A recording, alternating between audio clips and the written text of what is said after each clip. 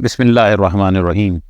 حضرت عیسیٰ علیہ السلام کے انتقال کے بعد آپ کا جانشین ملک کے یمن کا رہنے والا ایک فرد ہوگا جس کا نام حجاج ہوگا، اور وہ قحطان کے قبیلے سے ہوگا جو بہت دینداری اور انصاف کے ساتھ حکومت کرے گا۔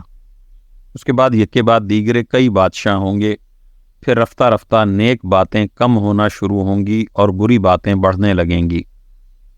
اس وقت آسمان پر ایک دھواں سا چھا جائے گا اور زمین پر برسے گا، جس سے مسلمانوں کو زکام اور کافروں کو بے ہوشی ہوگی۔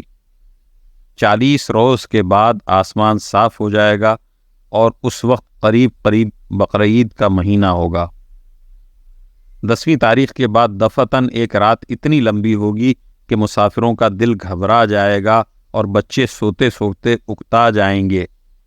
جانور چوپائے جنگل میں جانے کے لیے چلانے لگیں گے اور کسی طرح صبح نہیں ہو رہی ہوگی، یہاں تک کہ تمام آدمی ہیبت اور گھبراہٹ سے بے قرار ہو جائیں گے۔ جب وہ رات 3 راتوں کے برابر ہو جائے گی تو سورج تھوڑی روشنی لیے ہوئے جیسے گہن لگ گیا ہو مغرب کی طرف سے نکلے گا۔ اس وقت کسی کا ایمان یا توبہ قبول نہیں ہوگی۔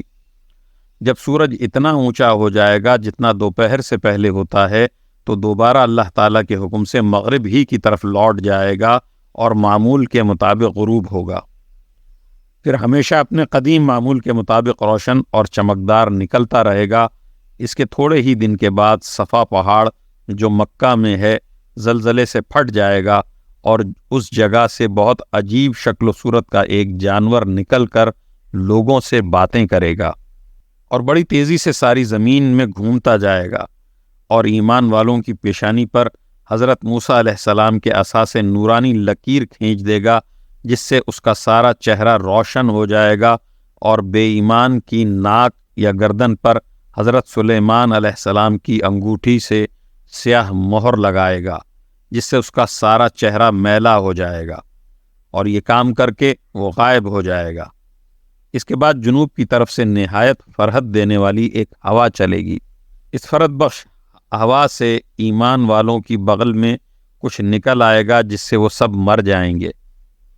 جب سب مسلمان مر جائیں گے تو ساری دنیا میں حبشی کافروں کی عملداری ہو جائے گی اور وہ لوگ خانہ کعبہ کو شہید کریں گے، حج بند ہو جائے گا، قرآن شریف دلوں سے اور کاغذوں سے اٹھ جائے گا، اللہ تعالیٰ کا خوف اور مخلوق کی شرم اٹھ جائے گی، اور کوئی اللہ اللہ کہنے والا نہیں رہے گا۔ اس وقت ملک شام میں بہت ارزانی ہوگی، لوگ اونٹوں سواریوں پر اور پیدل ادھر نکل پڑیں گے، اور جو رہ جائیں گے ایک آگ پیدا ہوگی، ان سب کو ہانکتی ہوئی شام میں پہنچا دے گی۔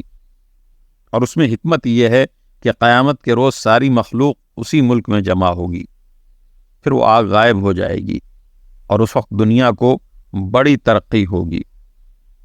3-4 سال اسی حال میں گزریں گے۔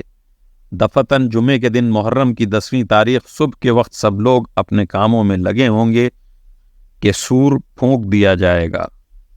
اول ہلکی ہلکی آواز ہوگی، پھر اس قدر بڑھے گی کہ اس کی ہیبت سے سب مر جائیں گے، زمین و آسمان پھٹ جائیں گے اور دنیا فنا ہو جائے گی۔ جب آفتاب مغرب سے نکلا تھا اس وقت سے سور کے پھونکنے تک 120 برس کا زمانہ ہوگا، یہاں سے قیامت کا آغاز ہوگا۔